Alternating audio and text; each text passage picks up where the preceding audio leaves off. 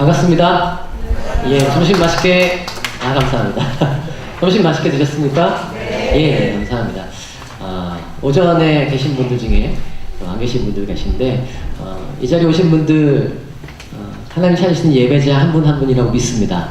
예, 오전엔 이제, 제 설교했었고요. 이제는 약간 형식이 조금 다르긴 한데 강의식으로 하겠습니다. 여러분들도 좀 이제 편안하게, 저도 좀 편안하게 강의하겠습니다.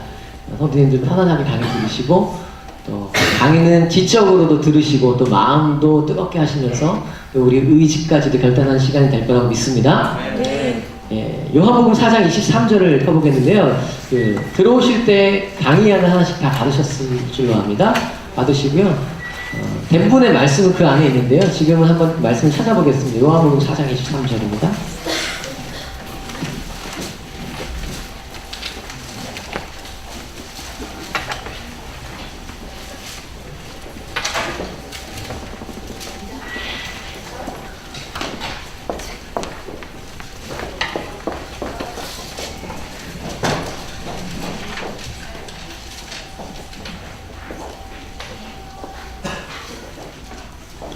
예, 함께 4장 23절 말씀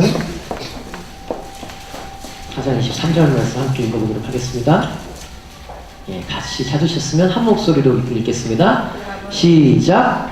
아버지께 참되게 예배하는 자들은 영과 진리로 예배할 때가 오나니 곧 이때라.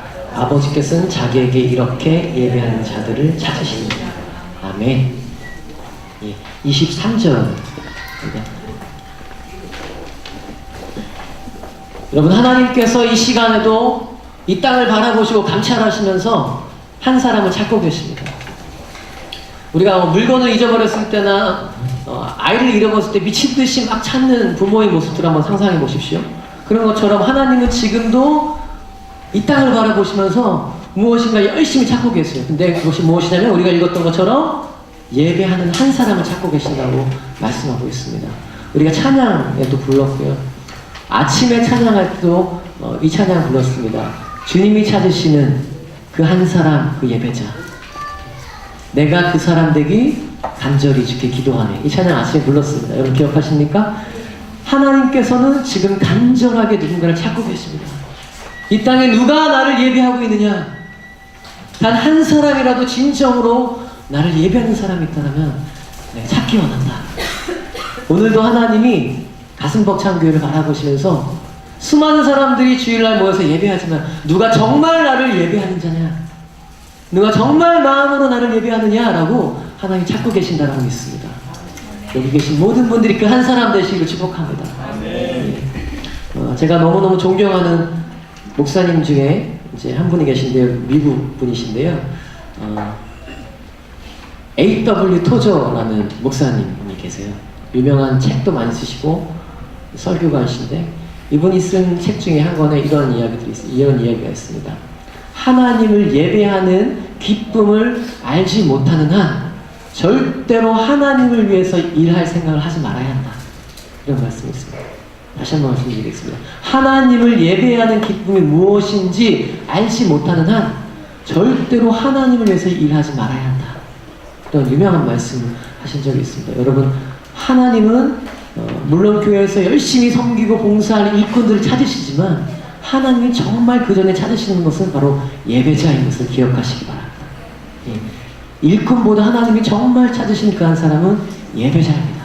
왜냐하면 일꾼은 일꾼이지만 예배할 수도 있고 안 할 수도 있습니다. 그러나 진정한 예배자가 되면 반드시 일꾼이 됩니다. 먼저 하나님을 경험한 예배자는 반드시 하나님을 사랑함으로 일하게 되어 있습니다. 그러나 일꾼들은 율법적으로 일할 수 있겠죠. 예배의 기쁨, 예배를 통해서 하나님을 만난 기쁨이 있는 사람은요, 사랑으로 일합니다. 하나님을 사랑하고 예배를 사랑하는 마음. 여기 계신 모든 분들이 하나님이 찾으시는 그 예배자 되시길 축복합니다.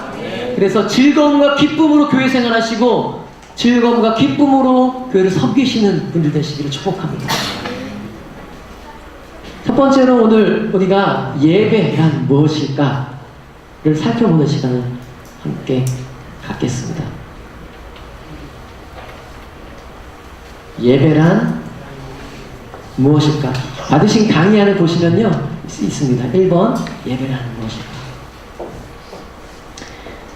제가 너무너무 좋아하는 말씀 중에 하나인데요. 같이 그 강의안 보시면서 성경 말씀 읽겠습니다. 이사야서 43장 21절 말씀 함께 읽겠습니다. 시작. 이 백성을 내가 나를 위하여 지었나니 나를 찬송하게 하려 합니다. 아멘. 너무너무 잘하는 말씀입니다. 이 말씀을 오늘 이 시간 암송, 한 번에 그냥 암송해버리겠습니다. 한 번 더 암송하겠습니다. 시작. 이 백성은 내가 나를 위하여 지었나니 나를 찬송하게 하려 함이니라. 아멘. 우리의 존재 목적, 성경에서 사람이 왜 창조되었는지 명확하게 말씀하고 있는 구절이 바로 이 구절입니다. 쉽게 외우는 방법을 알려드립니다. 이사야 4, 3, 2, 1 이렇게 됩니다. 네, 너무 쉽죠? 4, 3, 2, 1 43장 21절 말씀.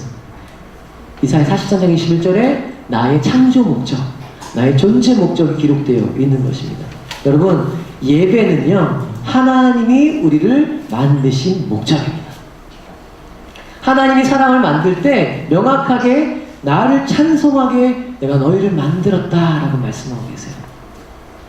아멘? 예. 우리가 창조된 목적은 바로 하나님을 찬양하기 위함입니다. 하나님께 영광 돌리기 위함입니다. 그런데 우리가 아는 것처럼 사람이 그 일에 실패했습니다. 아담과 하와가 선악과를 따먹었습니다. 하나님께 영광 돌리고 하나님을 예배해야 될 사람들이 죄를 지었습니다. 그래서 하나님의 원래 목적, 모든 사람들이 자신을 예배하는 것이 하나님의 목적이신데 사람의 그 목적이 틀어지게, 처음부터 출발부터 틀어지게 됐어요. 하나님을 예배하기는커녕 사단의 말에 귀 기울이게 된 거죠. 하나님께 순종하기는커녕 뱀의 말에 순종하게 됩니다. 뱀을 예배하게 되는, 하나님이 원래 의도하셨던 목적이 처음부터 깨어집니다. 그때 하나님이 두 번째 방법을 준비하고 계셨을 것이 바로 우리가 다 아는 것처럼 예수 그리스도의 십자가 사건입니다. 예수 그리스도의 십자가 사건으로 우리를 다시 구속하심으로 한 번 더 우리에게 예배하는, 찬송하는 자로서의 우리의 정체성을 회복하시기 위한 것이 하나님의 뜻이었습니다. 여러분, 출애굽 아시죠? 이스라엘 백성이 애굽 땅, 이집트 땅에서 노예 생활하다가 하나님께서 모세라는 사람을 통해서 출애굽을 하십니다. 네, 여러분, 출애굽의 목적, 왜 하나님께서 이스라엘을 출애굽하신지 성경에서 명확하게 말씀하고 있습니다. 같이 보겠습니다. 강의한 보시면 출애굽 3장 12절 말씀 읽겠습니다. 시작.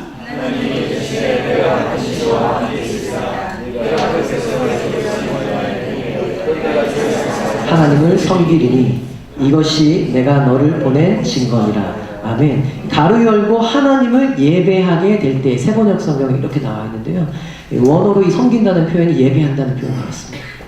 자, 하나님께서 이스라엘 백성을 애굽에서 가나안으로 출애굽시킨 명확한 이유는, 목적은 바로 하나님을 예배하기 위함이었다는 것입니다.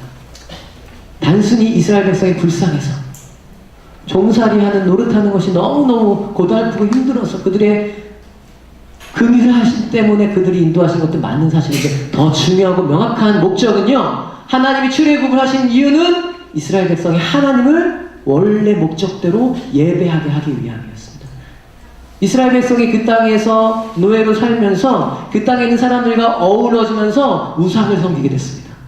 하나님을 예배해야 될 그 백성이 하나님을 예배하지 않고 우상을 섬기게 됐습니다. 하나님은 그걸 볼 수 없었습니다. 그래서 하나님은 그 땅에 있는 사람들을 구분, 거룩하게 하셔서 예배자로 세우기 위해서 출애굽시켰던 것이죠. 그 밑에 있는 말씀 하나 더 읽겠습니다. 출애굽기 3장 18절 말씀입니다. 시작. 그들이 내 말을 들으리니 너는 그들의 장로들과 함께 애굽 왕에게 이르기를 히브리 사람의 하나님 여호와께서 우리에게 임하셨은즉 우리가 우리 하나님 여호와께 제사를 드리려 하오니 사흘길쯤 광야로 가도록 허락하소서. 아멘.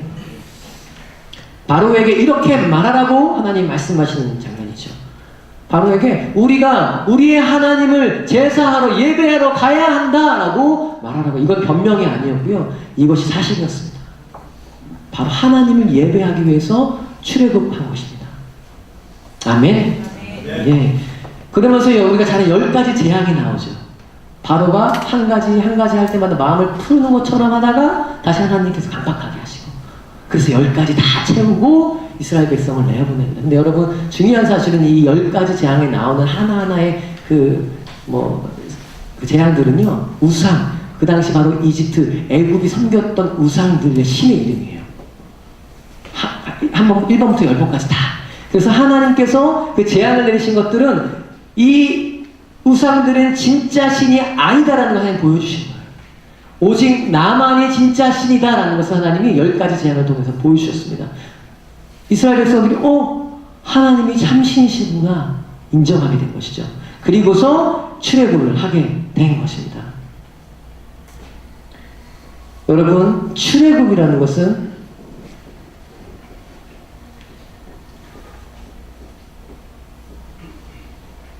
구원을 상징하죠. 예. 이스라엘 백성이 홍해바다를 건넌 것은 죽었던 그들이 다시 한번 복음으로 살아났다는 것을 상징합니다. 여러분, 구원의 목적은 바로 예배입니다. 출애굽의 목적이 예배였던 것처럼 우리들, 바로 여기 계신 모든 분들이 구원받았다고 믿습니다. 예, 우리가 예수님을 믿고 예수님으로 말미암아 새로운 생명을 얻었습니다. 여러분, 왜 예수님을 믿고 구원받으셨습니까? 그 목적은 명확하게 예배입니다.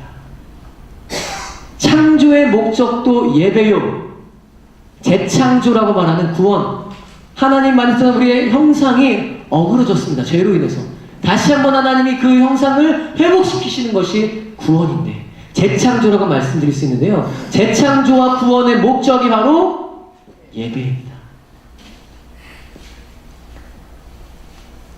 밑에 말씀, 베드로전서 2장 9절 말씀 있죠? 베드로전서 2장 9절 말씀을 함께 읽어보겠습니다. 시작. 그러나 너희는 택하신 족속이요 왕같은 제사장들이요 거룩한 나라요 그의 소유가 된 백성이니 이는 너희를 어두운 데서 불러내어 그의 기이한 빛에 들어가게 하시니 아름다운 덕을 선포하게 하려 하심이라. 아멘.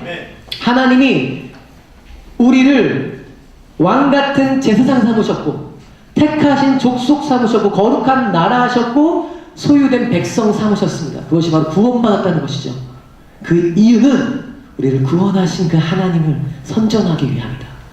우리를 구원하신 그 하나님께 영광 돌리고 모든 나라와 모든 사람들에게 우리 하나님을 자랑하기 위함이다라고 베드로는 말하고 있습니다. 바로 구원의 목적은, 우리가 구원받은 목적은, 택함받은 목적은 하나님을 영광스럽게 하는 것, 하나님을 예배하는 것입니다. 아멘. 예, 우리 옆에 계신 우리 지사님, 권사님, 우리 성도님들에게 한번 같이 고백하겠습니다. 옆에 분 한번 바라보실까요? 바라보시면서 고백하겠습니다. 예, 저를 보지 마시고요. 옆에 분을 보십시오. 하나님께서 집사님을 구원하신 것은 하나님을 예배하기 위함입니다. 아멘. 옆에 분, 다른 분들 바라보시고 앞뒤 분들 바라보시고 한 번 더 이야기하겠습니다. 하나님께서 집사님, 형제님, 자매님을 구원하신 것은 하나님을 예배하기 위함입니다. 아멘. 여러분, 하나님은 우리의 예배를 너무너무 기뻐하십니다. 그것이 하나님의 목적이에요. 하나님이 이 세상을 창조하시고 지금도 통치하시고 이끌어 가시는 목적이 바로 모든 나라와 열방이 자신을 예배하기 원하시는 것입니다. 그것이 하나님의 목적이십니다. 근데 어떤 분들은 이렇게 생각하실 수 있어요. 그럼 하나님은 이기적인 분이 아니셔? 왜 괜히 사람을 만들어 놓고서 자기를 위해서 찬양하고 막 찬송하게, 마치 기쁨조라고 들어보셨어요? 기쁨조? 저 북녘 땅에 있는, 예, 김일성, 김정일을 위해서 딱 서가지고 찬양하고 노래하는 사람들처럼, 왜 하나님은 우리를 만들어 놓고서 괜히 우리들을 힘들게 자기를 찬양하게 만드실까? 이렇게 생각해 본 적 있으세요? 전 예전에 학생 때 그런 고민들 많이 해본 적 있어요. 하나님 왜 우리를 만드셨을까? 왜 찬송할 거면 왜 그냥 로봇 만들어서 찬송하시지 우리를 만드셨을까? 하나님 이기적이신 거 아닌가? 막 이런 고민을 해본 적이 있었어요. 그런데 어느 날 이 구절을 읽다가 제가 충격을 받았습니다. 같이 읽겠습니다. 신명기 10장 13절 말씀입니다. 신명기 10장 13절 말씀 시작. 내가 오늘 내 행복을 위하여 내게 명하는 여호와의 명령과 규례를 지킬 것이다. 많은 사람들이 기독교를 고리타분한 종교라고 생각해요. 그리고 뭔가 얽매이게 하고 우리 힘들게 하고 어렵게 하는 종교라고 생각해요. 술 먹지 말아라, 뭐 담배 피지 말아라, 죄 짓지 말아라, 이거 해라, 주의를 지켜야 된다, 헌금해야 된다, 뭐 할 게 이렇게 많고 뭐 하지 말아야 될 게 이렇게 많은가 라고 생각하는 분들이 많죠. 그래서 하나님은 너무 이기적이시다, 우리한테 왜 이렇게 힘들게 하실까? 그런데 여러분, 하나님의 명령과 규례는 누구를 위한 것이라고요? 우리 방금 읽었죠? 바로 너의 행복을 위하여. 하나님이 우리의 행복을 위하여 성경을 주셨습니다. 하나님이 우리를 행복하게 하시기 위해서 하나님 우리에게 명령을 주셨어요. 십계명. 그래서 제가 십계명을 하나하나 생각해 봤어요. 1계명부터.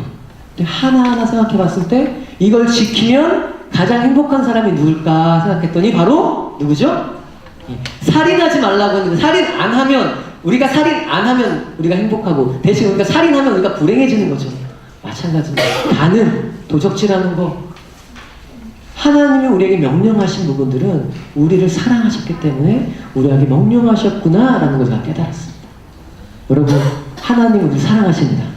절대로 우리를 종처럼 여기시기 위해서, 우리를 힘들게 하시기 위해서 일을 시키시는 분이 아니십니다. 하나님 우리를 사랑하십니다. 자, 찬송하게 하는 것, 하나님 우리를 예배하게 하신 목적은요, 우리를 사랑하시기 때문에 그렇습니다. 이 아멘 하신 분들은 예배가 얼마나 기쁜지 이미 경험하신 분들이라고 믿습니다. 예배가 힘든 분이 있고 예배가 너무너무 기쁘고 즐거운 분들이 있는데, 예배가 드릴 때마다 즐거운 분들은 하나님이 예배해라 예배해라 그러면 오 감사합니다 감사합니다 이러는데, 예배가 너무너무 힘든 사람은 예배해라 예배해라, 목사님이 예배 나오십시오 예배 나오십시오 그러면 점점 더 마음이 힘들어지고 어려워지는 거죠. 제가 이제 몇 년 전에 인천 온누리교회에서 한번 강의를 예배 강의를 한번 하나 본 적이 있었는데 청년들이 있었습니다. 제가 맨 앞에 있는 청년에게 강의 시작할 때 물어봤습니다. 혹시 오늘 강의를 통해서 기대하는 바가 있습니까, 청년? 오늘 이 강의를 통해서 원하는 것이 있어요? 물어봤더니, 마이크를 대고 물어봤더니 그 청년이 이렇게 얘기해요. 아, 제가요 사실은 예배 드리는 게 너무너무 싫고 지루한데요. 솔직히 말하는 거죠. 너무너무 예배 드리는 게 지루한데 오늘 이 시간 강의를 통해서 예배가 즐겁게 됐으면 좋겠어요 라는 이야기를 했어요. 아멘이죠.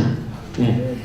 근데 이제 너무 귀한 고백인데, 지금 현재 상태는 예배가 지루하다는 거예요.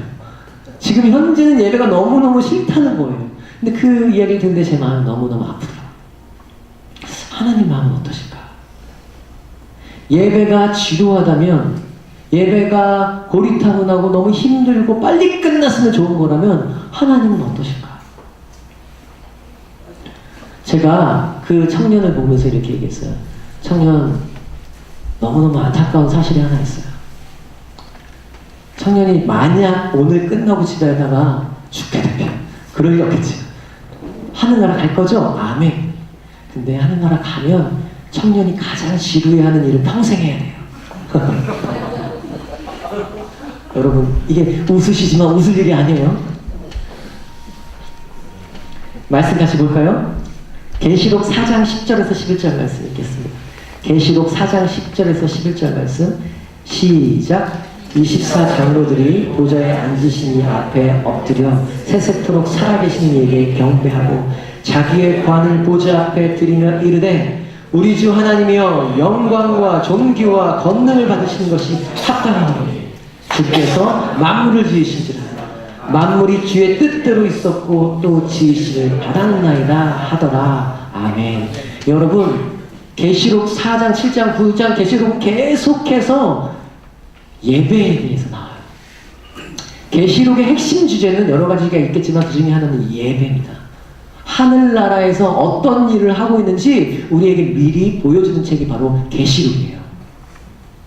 근데 여러분, 우리가 이제 죽게 되면 하늘나라면 예수님 말씀하신 것처럼 거긴 장가가고 시집간 일도 없고 먹고 마시는 데가 아닌데, 유일하게 하나만 하는 곳이에요. 뭐냐면 예배.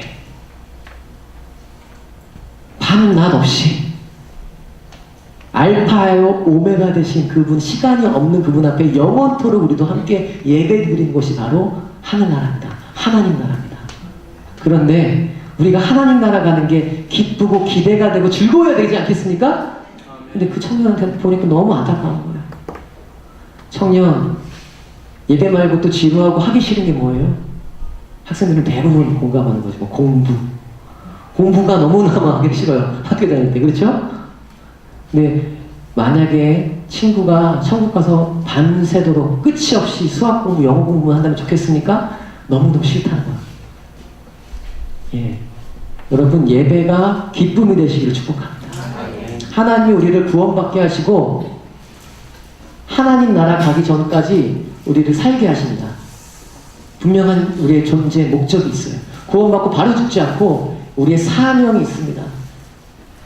하나님의 영광을 드러내도록 우리가 해야 되는데 제일 중요한 것은 예배가 무엇인지 경험하는 것입니다. 하나님 나라 갈 준비를 해야 합니다. 그것은 예배가 얼마나 기쁘고 즐거운 것인지 경험해봐야 하는 것입니다. 그래서 우리에게 이런 고백이 나와야 돼요. 빨리 주님께 가고 싶다. 왜냐면 거기서는 항상 예배하니까. 지금 내가 내 평생 드렸던 좋았던 예배들 손꼽아봐도 그것과 비교할 수 없는 놀라운 하나님의 임재가 있는 예배에 내가 드리게 되니까 주님을 대면하면서 우리가 예배 드릴 때 주님이 임재하시고 주님의 영광이 임해도 너무너무 기쁘고 좋은데 그 주님을 바로 앞에서 보고 예배한다면 얼마나 기쁘겠습니까? 우리가 말로 혀관할 수 없는 기쁨이 있는 것이 바로 하늘나라. 그래서 우리가 천국을 소망하는 이유가 그것입니다. 그 위에가요. 시편 33편 1절 말씀 함께 읽겠습니다. 시편 33편 1절 말씀 시작. 없나요? 거기에? 제가 없으면 읽어드리겠습니다. 너희 의인들아 여호와를 즐거워하라. 찬송은 정직한 자들이 마땅히 할 것이다. 네. 우리에게 마땅히 해야 할 일이 찬송입니다. 근데 이것이 우리의 기쁨과 즐거움과 행복이 되어야 할 줄로 믿습니다. 가슴벅찬교회 예배는 기쁜 예배가 되기를 소망합니다. 예, 저희가 제 홈페이지 들어가 봤는데 조이풀이더라고요. 조이풀. 가슴벅찬을 영어로 조이풀로 이렇게 그 말씀 그대로 되기를 소망합니다. 예배는 기쁨입니다. 하나님이 함께 하시기 때문에 기쁨이 넘치는 것입니다. 여러분, 브라더 로렌스 형제님이라는 오래전에 돌아가신 수도사, 유명한 수도사가 있으세요. 그분이 하나님의 인재 연습이라는 책을 쓰신 분이거든요. 24시간 하나님과 동행하는 삶을 살았던 유명한 사람으로 기억되는 분이십니다. 근데 그분의 일화 중에 되게 중요한 일화가 하나가 있는데요. 그분이 임종하기 바로 직전이었어요. 나이가 차서 임종 순간에 누워서 아무 기력이 없을 때에 누워서 죽음만을 기다리고 있는데 얼굴에 미소를 짓고 있는 거예요. 이렇게. 죽음 바로 앞에서. 그래서 그 옆에 있는 후배 수도사를 합니다. 아니, 로렌스 형제님 왜 이렇게 웃고 계세요? 죽음이 바로 앞인데? 그러니까 이분이 이렇게 얘기해요. 나는 지금 죽어가고 있는 것이 아닙니다.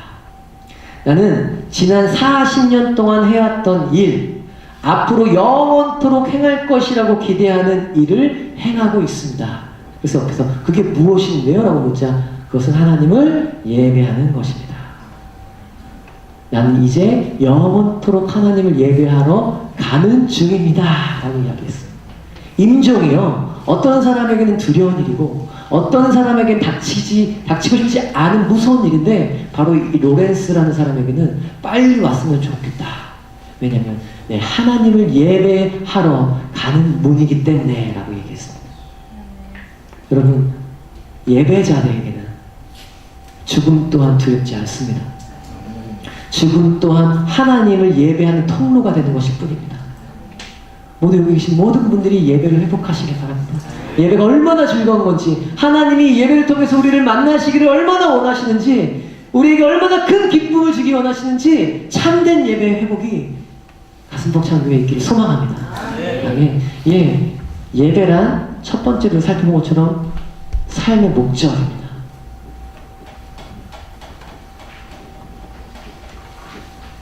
구원의 목적입니다. 예배란 하늘나라의 목적입니다.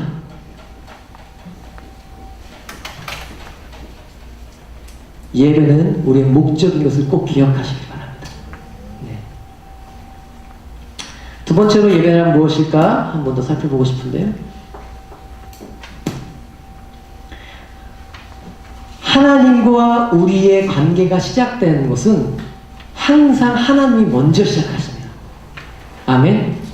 여기 계신 모든 분이 하나님으로부터 계시를 받고 하나님의 사랑을 경험한 이후에야 하나님을 알 수가 있습니다.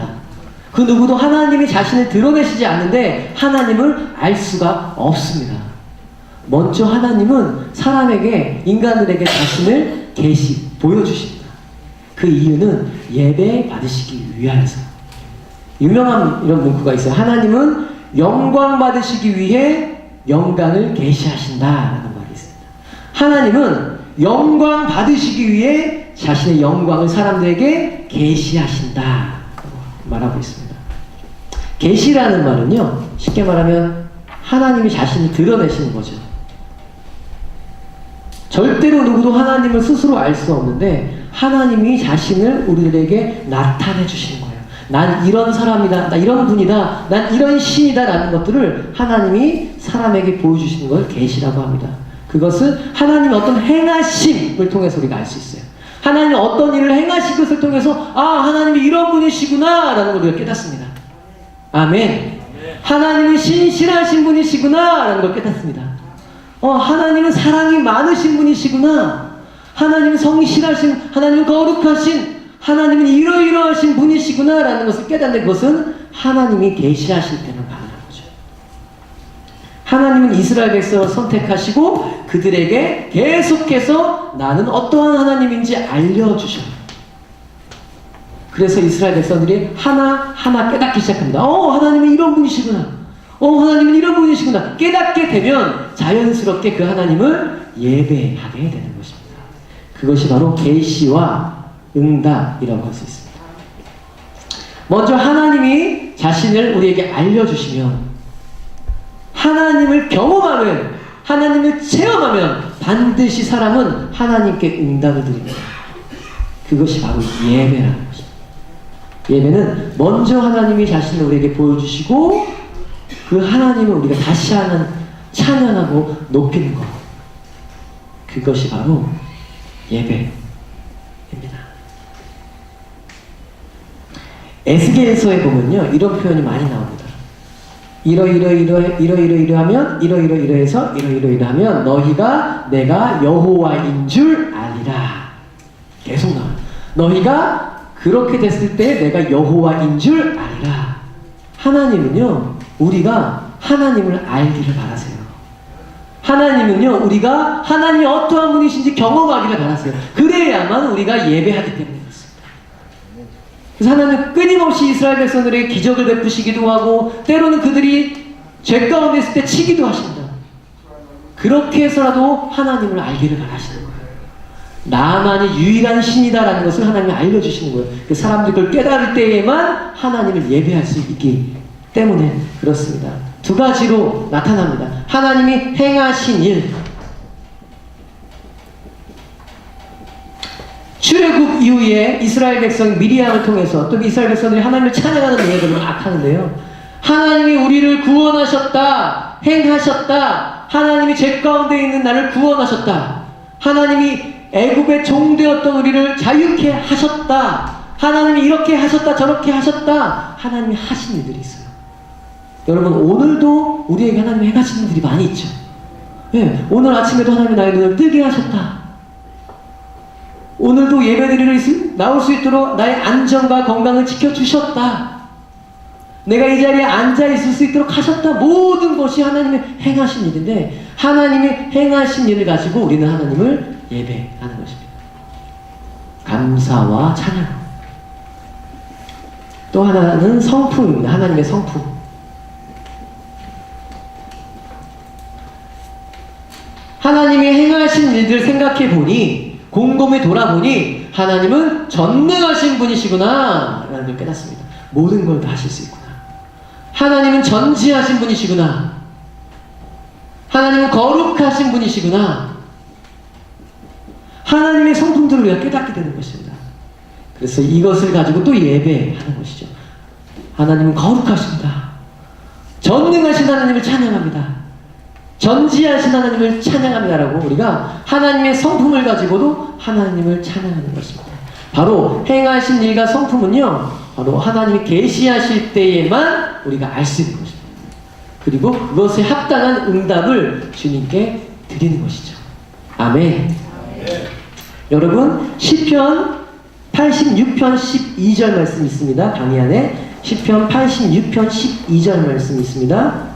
같이 한번 읽어보겠습니다. 시작. 주 나의 하나님이여, 내가 전심으로 주를 찬송하고 영원토록 주의 이름의 영광을 돌리오리니 이는 내게 향하신 주의 인자하심이 크사 내 영혼을 깊은 소홀에서 건지셨음이니이다. 아멘. 앞에 부분은요, 응답이에요. 응답. 먼저 하나님 내가 찬송합니다. 전심으로 찬송합니다. 영광 돌립니다. 왜냐하면 뒷부분, 왜냐하면 내게 향하신 주의 인자하심이 크십니다.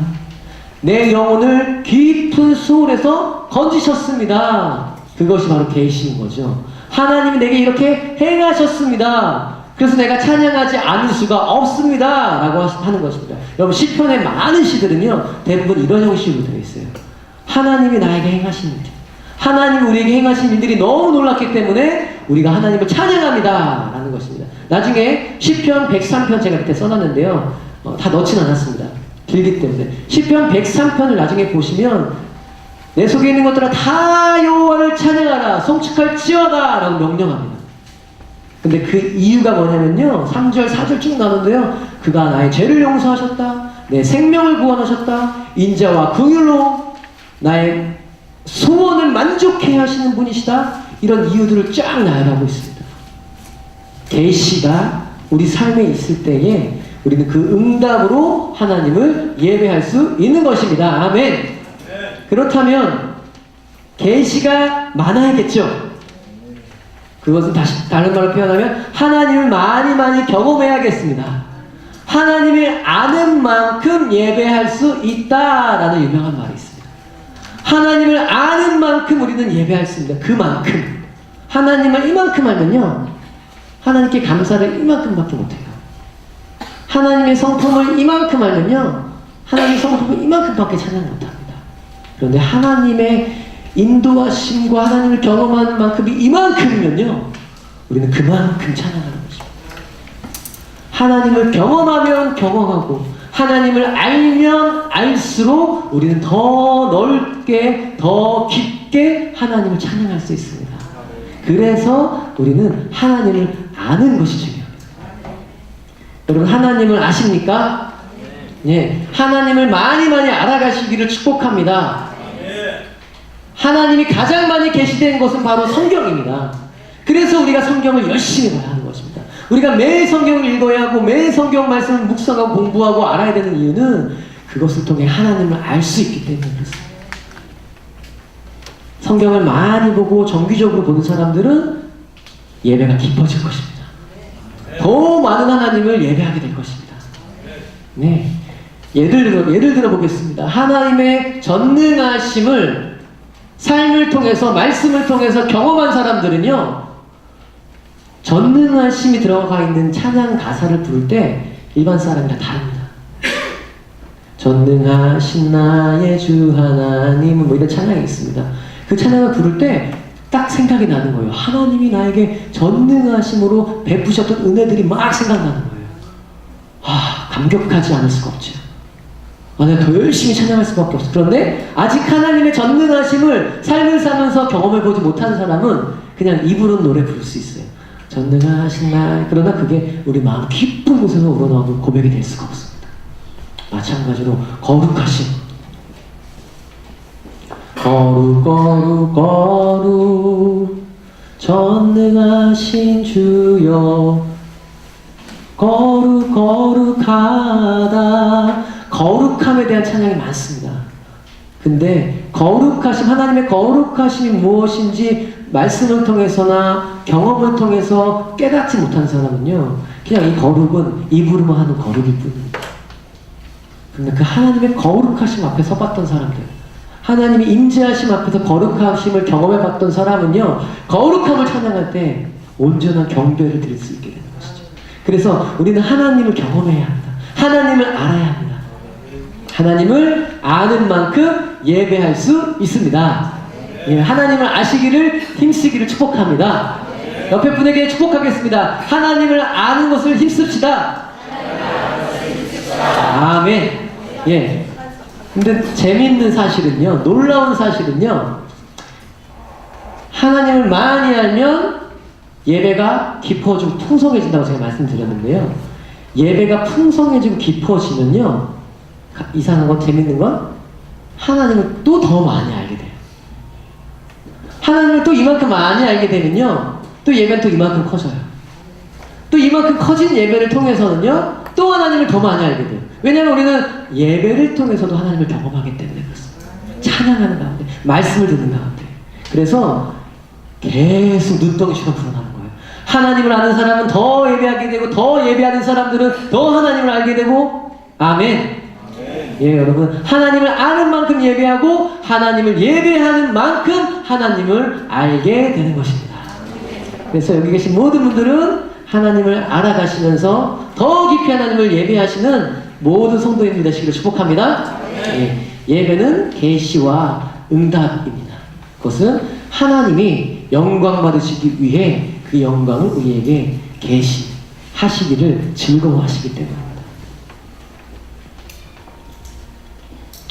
세 번째로 예배는 무엇일까 좀 살펴볼 때 예배의 어원들, 예배의 단어들을 통해서 우리가 하나님이 원하시는, 하나님이 말씀하신 예배가 무엇인지 한번 좀 살펴보도록 하겠습니다. 우리 강의에 함께 보실까요? 먼저 성경은 구약과 신약으로 나눠져 있죠. 구약 성경은 대부분 히브리어로 쓰여져 있고요. 신약 성경은 대부분 헬라어로 쓰여져 있습니다. 히브리어에서 예배라는 단어가 어떤 단어인지 우리가 공부하다 보면 하나님이 예배를 어떻게 생각하시는지에 대해서 조금 알 수 있습니다. 함께 보시겠습니다. 보시면 뭐라고 써있죠? 구약의 첫 번째로 많이 쓰이는 단어가 강의 안에 있는데요. 아보다. 보이십니까? 예, 아보다라는 히브리어가 있습니다. 이 단어의 뜻은요, 섬김, 봉사, 예, 섬김, 봉사, 수고, 노동, 이런 뜻이 있어요.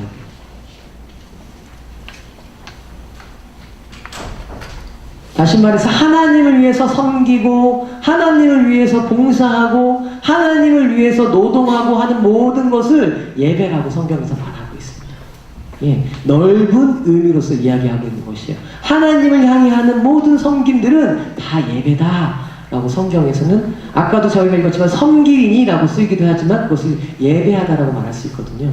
그런 것처럼 하나님을 섬기는 것, 하나님 위해 수고하는 모든 일들이 바로 예배다라고 말할 수 있죠. 출애굽기 12장 25절이나 나중에 한번 기회가 되시면 찾아보십시오. 출애굽기 12장 25절이나 사무엘하 15장 8절 이런 부분에 바로 이 아보다라는 단어가 예배라는 단어로 쓰여져 있습니다. 두 번째로 구약 성경 히브리어에서 예배로 많이 쓰여진 단어가 있는데 그건 샤하라는 단어예요. 써있죠? 예, 강의 안에 써있으면 샤하. 예, 이 단어는요 조금 더 구체적인데요, 경배하다 라는 뜻이 있어요. 엎드리다 라는 뜻이 있습니다. 복종하다, 부복하다, 존경하다 이런 뜻이 있습니다. 하나님 앞에 엎드리고 경배하고 부복하고 존경한다라는 뜻이 있어요. 아까 첫 번째 봤었던 아보다는 조금 더 넓은 의미의 예배라면요, 이 샤하라는 단어는 좁은 의미의 예배입니다. 구체적인 행동을 말하는 예배예요. 하나님 앞에 나와서 엎드리고 하나님 앞에 나와서 경배하고 하나님 한 분을 예배하는 이 단어를 사용할 때 샤하라는 단어가 쓰여졌습니다.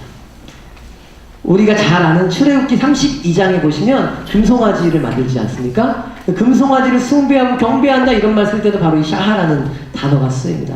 출애굽기 33장에 구름 기둥을 보고 하나님 예배하는 백성들이 예배할 때 이 단어도 바로 샤하라는 단어가 쓰입니다. 자, 아보다라는 단어, 넓은 의미의 예배와 샤하라는 단어, 구체적인 행동의 좁은 의미의 예배에 대해서 살펴봤는데요. 재밌는 사실은요, 구약과 함께 신약에서도 두 가지 단어를 대표적으로 예배의 단어로 사용되는데요. 첫 번째가 라티류, 강의 안에 있습니다. 라티류라는 단어가 있어요.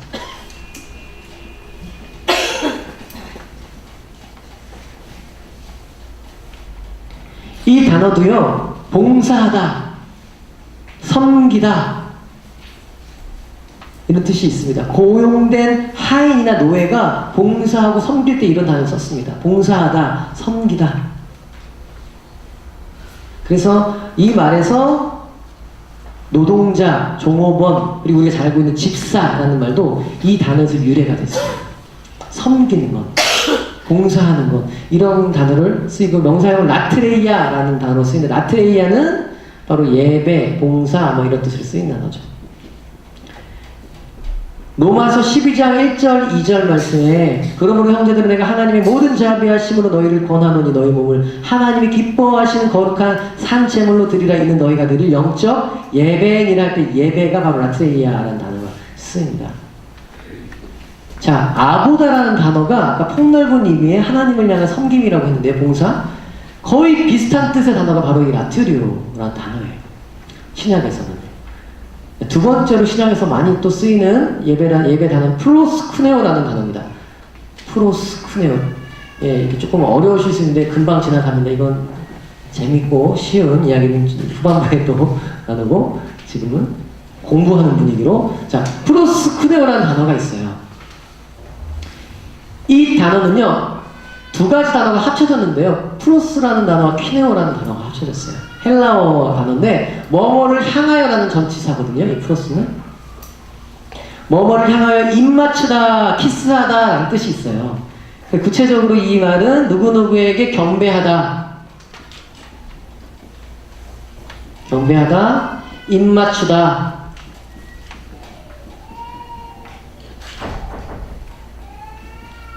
예배하다, 이런 뜻이 있습니다.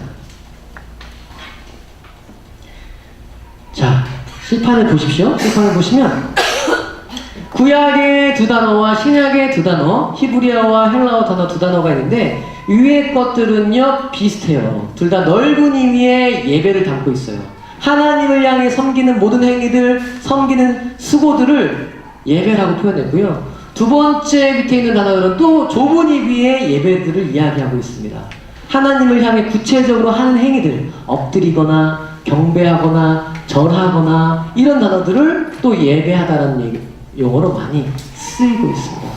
자, 이런 의미로 볼 때 예배는요 두 가지 크게 해석을 할 수 있습니다. 하나는 넓은 의미로 쓰는 예배. 여러분 요즘 그런 말 들어보셨습니까? 삶의 예배라고? 요즘 우리가 많이 하는 말인데, 삶의 예배, 예배의 삶, 삶의 예배. 요즘 와서 많이 대두되고 있는데요. 왜냐하면 하나님을 사랑하고 교회를 섬기는 사람들이 이 세상에서 많이 욕을 먹었죠. 최근에. 네, 그동안 많이 욕을 먹었습니다. 왜냐하면 교회에서는 중직이고 교회를 섬긴다는 사람들이 세상에서는 빛과 소금의 역할을 감당하지 못했기 때문에 그렇습니다. 어느 정도는 우리의 책임이 분명히 있는 것입니다. 우리가 하나님의 이름을 영광스럽게 드러내고 이 세상에서 빛과 소금의 역할로 살아가야 했어야 하는데 그렇게 하지 못했기 때문에 사람들이 우리를 보고 손가락질하는 경우가 있습니다. 그것은 바로 삶의 예배가 무너져 있기 때문이라고 할 수 있습니다. 교회에서는 열심히 신앙생활을 하는데 주일이 지나고 월요일 회사와 직장과 가정으로 돌아가면 도대체 이 사람이 하나님을 믿는 사람인지 아닌지 알 수 없을 정도로 살아가는 사람들이 많다라는 것입니다. 나눠놓고 사는 거예요. 주일과 나머지 6일을 나눠가지고 주일은 거룩하게 생활하고 예배드리고 나머지 6일은 다른 사람으로 살아가는.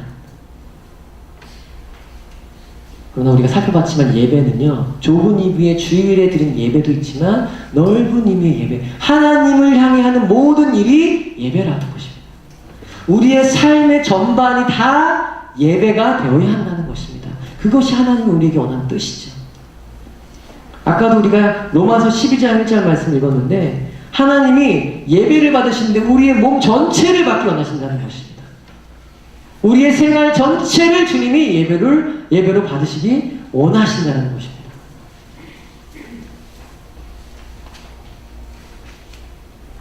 고린도전서 10장 31절 말씀 밑에 나옵니다. 한번 찾아보십시오. 고린도전서 10장 31절 말씀 강의 안에 있습니다. 함께 읽어보겠습니다. 시작. 그런즉 너희가 먹든지 마시든지 무엇을 하든지 다 하나님의 영광을 위하여 하라. 아멘. 여러분, 먹든지 마시든지 직장생활 하든지 공부하든지 가정에서 청소하든지 무엇 하든지 하나님의 영광을 위하여 하는 것은 넓은 의미의 예배입니다. 근데 많은 사람들이 교회에서 예배만 하나님의 영광을 위해 하는 것 같고 나머지 일은 하나님의 영광과 상관없이 할 때가 있습니다. 그렇게 되면 바로 이 삶의 예배가 안 되는 것입니다. 하나님이 원하시는 뜻이 아니라는 것이. 또 그때 밑에 말씀 하나 읽어보겠습니다. 골로새서 3장 17절 한번 읽겠습니다. 시작. 또 무엇을 하든지 말에나 일에나 다 주 예수의 이름으로 하고 그를 힘입어 하나님 아버지께 감사하라. 아멘. 똑같은 말씀이에요. 말을 하든지 일을 하든지 예수의 이름으로 해라. 그것이 예배다. 한 가지만 말씀드리겠습니다. 베드로전서 4장 11절 말씀 같이 읽겠습니다. 시작. 만일 누가 말하려면 하나님의 말씀을 하는 것 같이 하고 누가 봉사하려면 하나님이 공급하시는 힘으로 하는 것 같이 하라. 이는 예수 그리스도로 말미암아 하나님이 영광을 받으시게 하려 함이니 그에게 영광과 권능이 세세에 무궁하도록 있느니라. 아멘. 말하려면 하나님이 말씀하는 것처럼 봉사하려면 하나님이 주시는 힘으로 하는 것처럼 해라. 왜냐하면 범사에 하나님이 영광 받게 하시기 위해서. 그것이 삶의 예배입니다. 교회에서의 삶과 가정에서의 삶이 동일한 삶, 교회에서의 삶과 직장에서의 나의 모습이 동일한 삶, 그것이 바로 하나님이 원하시는 삶의 예배입니다. 그럴 때에 정말로 하나님이 나를 통해 다른 사람이 하나님을 예배하게 하시는 겁니다. 너 교회 다녔었니? 이런 얘기가 나오면 하나님의 영광을 깎아버리는 거야. 반대로 교회 다니셨는지 알고 있었어요. 말하지 않는데. 혹시 교회 다니세요? 이런 말씀을 들어봐야 돼. 우리가 친척이나 직장에서 역시 좀 다른 것 같아요. 예. 이런 이야기는 바로 하나님의 영광을 돌리고 있다는 증거입니다. 그것이 바로 삶으로 우리가 하나님을 예배하고 있다는 증거입니다. 두 번째는요. 구체적인 아까 좁은 의미의 예배에 대해서 우리가 다 살펴봤잖아요. 구체적인 예배로서 회중 예배를 줄 수 있습니다. 회중 예배. 바로 우리가 이렇게 이 시간 모여서 함께 드리는 이 예배를 회중 예배라고 할 수 있습니다. 정해져 있는 시간, 정해진 장소에서 함께 모여서 드리는 예배를 바로 이 회중 예배라고 할 수 있습니다. 회중 예배를 소중히 여기신 여러분 되시길 축복합니다. 하나님께서 두세 사람이 모이는 것을 축복하시고 함께 모여 주의 이름을 부르는 곳에 주님이 함께 하신다고 약속하셨기 때문에 그 약속을 붙잡고 모여서 예배합니다. 그리스도의 몸된 공동체로서 우리가 하나님 예배할 때 하나님이 우리를 축복하십니다. 회중 예배를 소중히 여기시는 여러분들이 되시길 축복합니다. 그래서 일상과 구별이 되는 행위로서 하나님 앞에 시간을 떼어서 장소를 마련해 놓고 나와서 예배 드리는 것입니다. 삶으로만 예배 드리면 되지 뭐 굳이 회중 예배가 필요한가? 필요하죠. 절대적으로 필요합니다. 예, 한 주, 두 주 교회에 한번 빠지셔 본 적 있으신 분들은 아실 거예요. 아까 개근상도 받으시고 하신 분들은 잘 모르시겠지만 개근상 안 받아보시고 한 매주 정도 교회에 빠지시고 이러신 분들은 아실 거예요. 내 신앙이 점점 예, 절대로 우리는 혼자 설 수 없습니다. 하나님이 우리 그렇게 만드셨습니다. 한 공동체로 함께 모여서 내가 연약할 때 옆에서 세워주고 내가 믿음이 쓰러져 갈 때 다른 사람이 또 세워주고 내가 믿음이 쓸 때는 옆에 있는 넘어져 있는 형제들을 일으켜주는 것, 이것이 바로 공동체이거든요. 회중 예배의 중요성 바로 그것입니다. 우리가 함께 일으키고 함께 하나님 앞에 나아가는 것입니다. 그곳에 하나님이 축복을 약속하셨습니다. 아멘. 교회에서 함께 모이는 예배에 여러분 마음 많이 사십시오. 아멘. 예, 꼭 개근상 타시길 바랍니다. 예, 아까 한 분은 개근상을 타셨지만 벌써 한 주 빠지셨다고 이런 분이 계셨는데, 예. 한번 감안해 주시죠, 한 번 정도는요.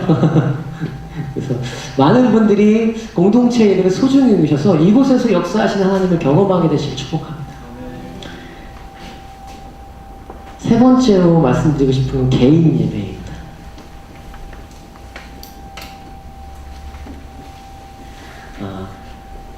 회중 예배, 11시 예배 될 수도 있겠고요. 수요 예배가 될 수도 있겠고요. 금요 철야 기도회가 될 수 있겠고요. 구역 예배가 될 수 있겠고요. 많은 회중 예배를 우리가 드리는데요. 회중 예배가 부흥되기 위해서는요. 회중 예배가 온전히 하나님 역사하시고 기름 부으시는 예배가 되기 위해서는요. 반드시 필요한 게 있는데 그것은 바로 개인 예배입니다. 회중은 말 그대로 개인들의 모임이에요. 1명, 2명, 3명, 4명, 5명, 6명 지금 다 모여서 30명, 40명, 50명, 60명 그 회중을 이루는 개인들이 어떤 사람인가가 바로 이 회중 예배의 질을 결정하는 거죠. 날마다 하루하루 주님 앞에서 말씀과 기도로 예배드리는 삶을 사는 사람은 그런 사람들이 다 모여있는 공동체는 예배를 드리기만 하면 하나님 역사하십니다. 하나님 임재하십니다. 왜냐하면 월화수목 금토 하나님과 예배하다가 주일날 또 예배드리는데 늘 하나님과 동행하다가 예배드리는데 당연히 하나님 역사하시는데 월화수목 금토 하나님과 상관없이 살다가 주일날 딱 와서 이제 앉으면 그때부터 이제 하나님 찾기 시작해야 되거든요. 뭔가 그 라디오 주파수 맞추는 거 아시죠? 하나님과 주파수를 맞춰야 되는데 잘 안 맞아주는 거 막 계속 잡음만 하는 거지. 지지지지지. 예, 그것도 미리 와서 한 30분 전에 기도로 주파수를 맞추면 되는데 이제 예배 시작하고 또 들어오시고 이러면 주파수 맞출 시간도 없는 거죠. 미리미리 매일 항상 하나님과 같은 채널로 93.9 뭐 기독교 방송 93.9 극동방송이면 채널을 맞춰놓고 하나님과 동행하면서 사는 삶, 그것이 바로 개인 예배의 삶이에요. 근데 하나님과 동행한다는 것은요 매일매일 하루하루 말씀과 기도의 시간을 떼놓지 않고는 가능하지 않습니다. 주변에 어떤 이런 사람들도 있었어요. 제가 아는 사람 중에 나는 뭐 시간 정해놓고 기도하거나 새벽 기도하거나 뭐 말씀을 정해놓고 읽거나 이러진 않지만 늘 하나님과 동행해요. 이렇게 말하는 사람들인데요. 한번 보십시오. 정말로가. 예, 제가 지금까지 본 사람 중에 한 명도 없습니다. 제가 숱하게 읽었던 책들과 뭐 위인전들 봤을 때 하나님과 친밀했던 모든 사람들은요 다 시간을 떼어넣어서 매일매일 하나님을 만났어요. 예수님조차도 새벽 미명에 한적한 곳에서 산으로 가셔서 제자들을 보내놓고 늘 아버지 앞에 머무르셨습니다. 그것이 바로 개인 예배. 그러니까 예배라는 말이 있다고 해서 여러분들 뭐 우리 권사님들 집에서 피아노 치시면서 뭐 피아노 써서 아코디언 부르면서 이렇게 하시라는 게 아니고요. 멜로디언 그런 게 아니라 음악이 없어도 예배예요. 이따 좀 더 살펴보겠지만 예배는 음악을 포함하는 것이지만 음악이 없어도 예배 드릴 수 있습니다. 하나님을 찬양한다는 고백 하나만으로도 예배가 될 수 있습니다. 하나님 앞에 머물면서 말씀을 읽는 것이 예배이고 하나님 앞에 무릎 꿇고 기도하고 하나님의 음성에 귀 기울이는 것이 예배입니다. 그것이 예배예요. 그래서 하나님 앞에서 매일매일 시간을 떼어서 하나님과 시간을 보내느냐, 이러한 사람들이 이 회중 가운데 얼마나 있느냐, 그게 이 회중 예배의 질을 결정하게 됩니다. 우리 목사님, 우리 교역자분들, 찬양 인도하신 분들은 끊임없이 기도하시고 준비하실 텐데 만약에 그 외에 가슴벅찬 교회가 아니라 다른 교회에서 성도님들은 월화수목부터 다 주님과 상관없이 살다가 주일날만 오시는 분들이라 생각해 보십시오. 너무너무 힘듭니다. 너무너무 힘들어요. 한 명 한 명이 중요합니다. 바로 내가 중요합니다. 자, 내가 중요합니다. 가슴에 손 놓고 한번 해보겠습니다. 내가 중요합니다.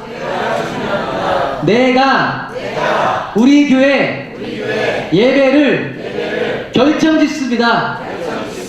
아멘. 여러분 책임감이 있으십니다. 네. 내가 어떻게 하나님 앞에 바로 서 있느냐가 우리 구역의 예배를 결정하고, 내가 어떻게 하나님과 날마다 시간을 보내느냐가 우리 교회의 예배를 결정하는 것입니다. 더 넓게 볼까요? 우리 교회가 어떻게 예배를 드리고 있느냐가 이 부천 땅, 제가 속한 인천 땅, 서울 땅, 지역의 하나님의 그 공동체의 예배를 결정하게 돼요. 더 나아가서 이 도시들이 어떻게 하나님 앞에 예배하고 있냐가 이 나라의 예배를 결정하는 것입니다. 제일 먼저 내가 중요한 것입니다. 나로 시작되는 것입니다. 그래서 여기 계신 모든 분들이 개인 예배자가 되시기를 축복합니다.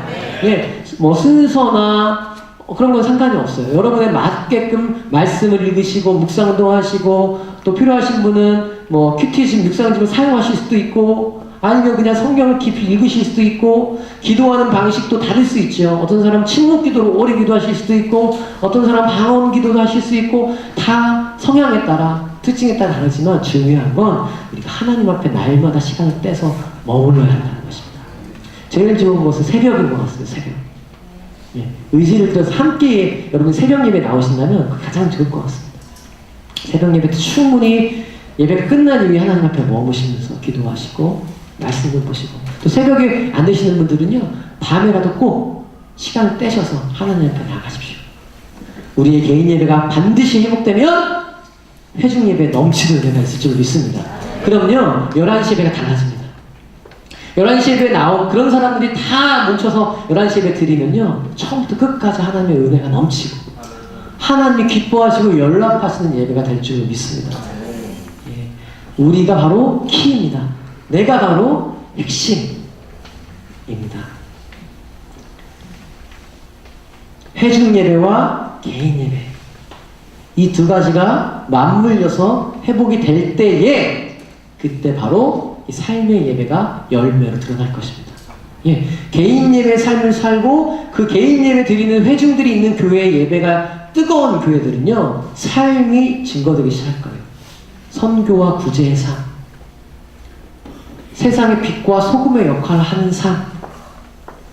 예, 좋은 나무는 좋은 열매를 맺을 수밖에 없습니다. 우리 안에 예배 영이 가득 차고 성령께서 역사하시면 우리의 삶이 바뀔 수밖에 없습니다. 우리가 속한 곳이 변화될 수밖에 없습니다. 아멘. 가슴벅찬교회가 개인 예배가 회복되고 회중 예배가 회복되어서 삶의 예배까지 회복되는 귀한 교회 되시길 축복합니다. 아멘.